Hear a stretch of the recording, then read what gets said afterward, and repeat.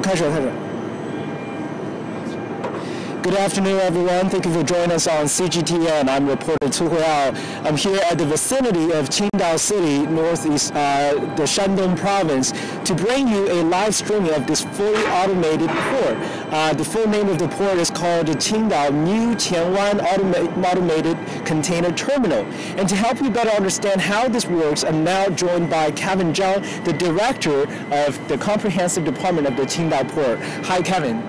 Good afternoon, ladies and gentlemen. So welcome to Qingdao Port, first fully automated terminal, which is the first fully automated terminal in Asia. Right, it's Asia's first automated terminal. And for someone like myself who's visiting for the first time, obviously what stands out to me is that you don't see any workers hustling or driving around at this port. So tell us how this system works. What's the operation like at this port? Okay, so the system consists of two parts. The first part is hardware, and the second part is software. So for hardware, there are mainly three types of cranes. The first one in front of us, this is the key crane. We call it the QC.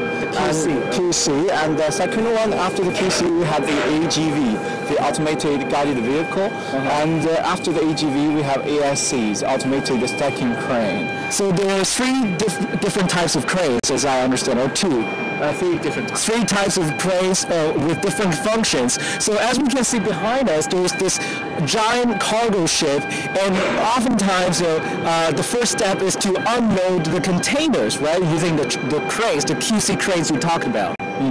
Of course, as we know, this is a fully automated terminal, and for the QC, which is a fully automated QC, so which means there is no one is an unmanned QC.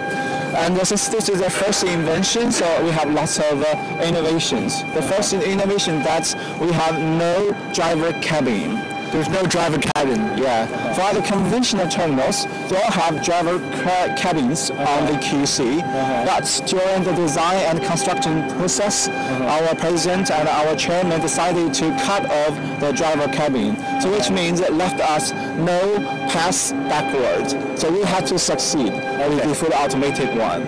So this is our first invention. We can see that some of the cranes are moving, right, at the moment. They're going to pick up the containers. Is that how it works? Yes. So this is a manual operation. So the function of the QC is to connect the water side with the vessel. So they are just working and operating. And let's look at this one. This is a platform.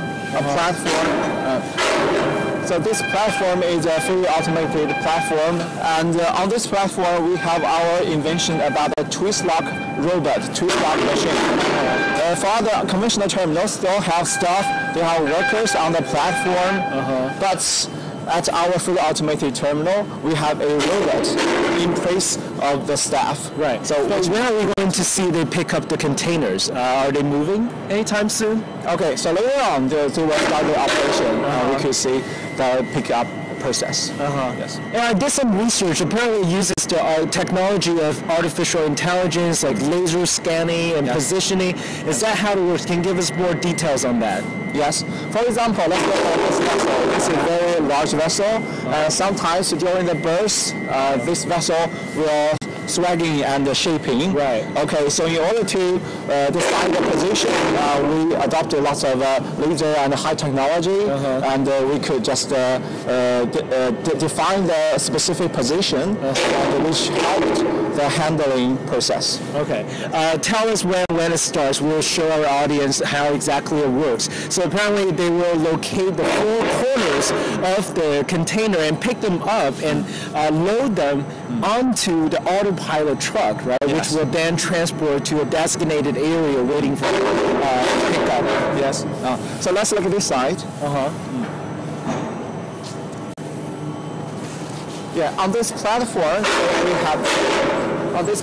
we have the handling process, so which means the pickup, the trolleys will do the pickup process, and also behind this one you can see the running AGV. The AGV. Yeah, running. Let's AGV. go over there to see the AGV, because that's obviously the one of the highlights of the system is the autopilot trucks that don't require any laborers. You know, they just drive on their own. They operate on their own. Yeah, let's look at this AGV. How many AGVs are there on this port? So totally we have 38 AGVs. 30 AGVs. Yeah. Okay. 38. As you can see, they're just driving on their own. It's a very. What type of technology is it using? Okay, so for this AGV, it's the first lithium battery AGV. So as we know, for this conventional AGVs, we have the conventional batteries, but our AGV we adopt the lithium battery. How different? Yeah, lithium battery is a green battery, and of course the whole life is much longer. So more environmentally friendly and also like longer. It lasts longer. Yeah, basically. we call it the green AGV. And now look at that one. That is the process we just talked about, how it's able to locate the corners of the containers and pick them up.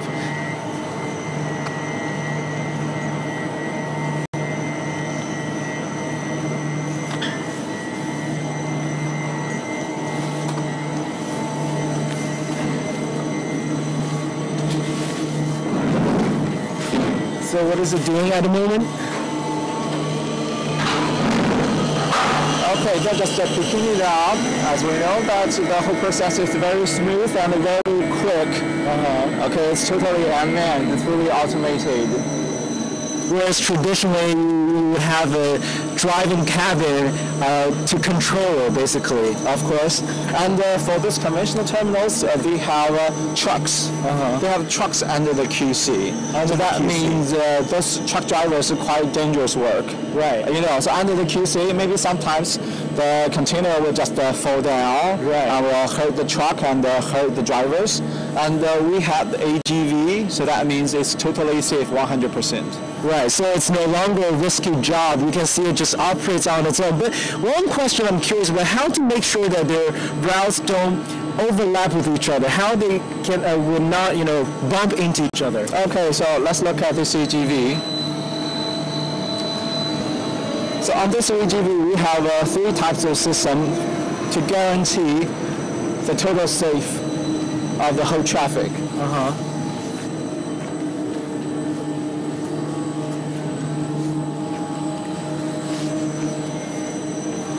So what are the systems? And the first system is the TOS system.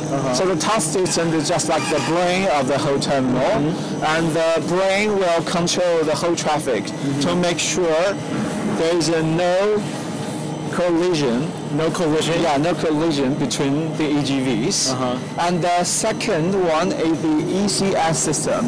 The ECS system will make sure so there is no traffic jam and no other exceptions. And the third protection is on the AGV itself. That means it will protect itself and be responsible for its own safety. So that's the 3 system to make sure that there's no collision that happens. What if like a human being stands in front of the truck? What will happen? Will it pause? Will it stop? Okay, so first one, so there won't happen the thing. So let's look at this fence. Right, we cannot go across the area. Okay, let's look at this fence. This fence is just convince outsider people to climbing in or just coming to this area. And what if, so if there's someone in front of the AGV will stop automatically to make sure the safety of the people. And you said there are 30 AGVs. 30 AGVs. Trucks. And what do AGV, the letters stand for? Okay, so AGV A stands for automated. Automated. E stands for guided. Automated guided vehicle. Automated guided vehicle. And let's look at that part. Okay, the third part of the system, right? At the very beginning, so I mentioned the lithium battery, and sometimes we need to charge the battery. Right. For the conventional terminals or for the other automated terminals, they have the battery charging station, right? So which costs a lot of money. So maybe hundreds of millions of euros or hundreds of millions of dollars. But in Qingdao port, so we invented our cycle charging system. And let's look at these racks. So on this racks, so we have the cycle charging system. So that means during the handling process, when the AGV come into the rack, and they could fully automated charge itself. So that means they won't have to stop. They won't have to come into a charging station. They will charge during the work.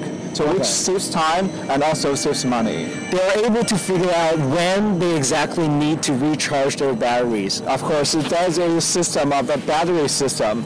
And also, let's look at this face, this face of the interchange floor. Yeah, interchange zone area. And under this interchange zone area, we have 20,000 this. We'd like to have the guess, what is this? Okay, let's show our audience. What is this? Is it called the magnetic nail or transpondence, right? Yeah, we call it transponder. So maybe someone will think it's just a lipstick, for girl, for women, lipstick. Right. So actually it's a... We can actually open it, right? It's a transponder.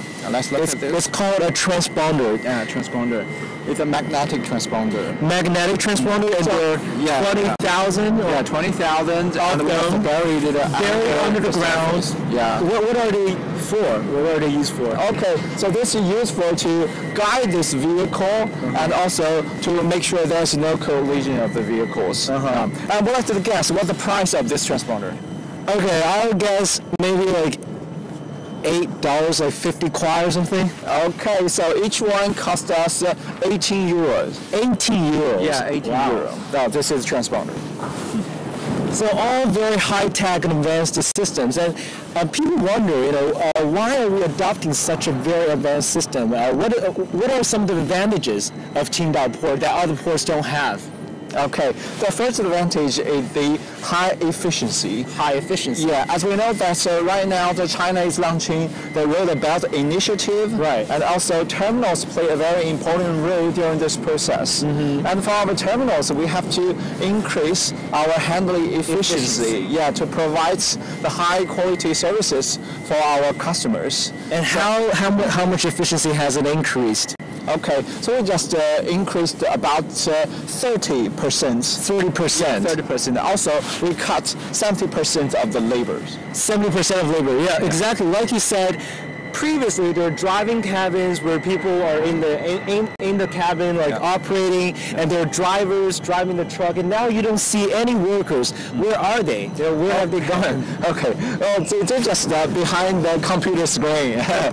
Computer on the main control room. So there's an analogy that they turn it from a blue-collar work to a white-collar work, and much of the work are left in front of the computers. They're no longer sitting high, in the sky-high cranes or driving the highly dangerous trucks, as you said. Is that right? Yeah, that's true. It used to take like more than 60 workers to unload a cargo ship like that, but now, how many does it take in total? Okay, so during the shift, maybe 8 or 9 staff. Only 8 or 9 staff. Wow. And also, let's look at the third part. This is an auto-stacking crane. We call it ASC. ASC. Okay. And it is a very high-speed ASC. So we'd like to guess the speed of the ASC.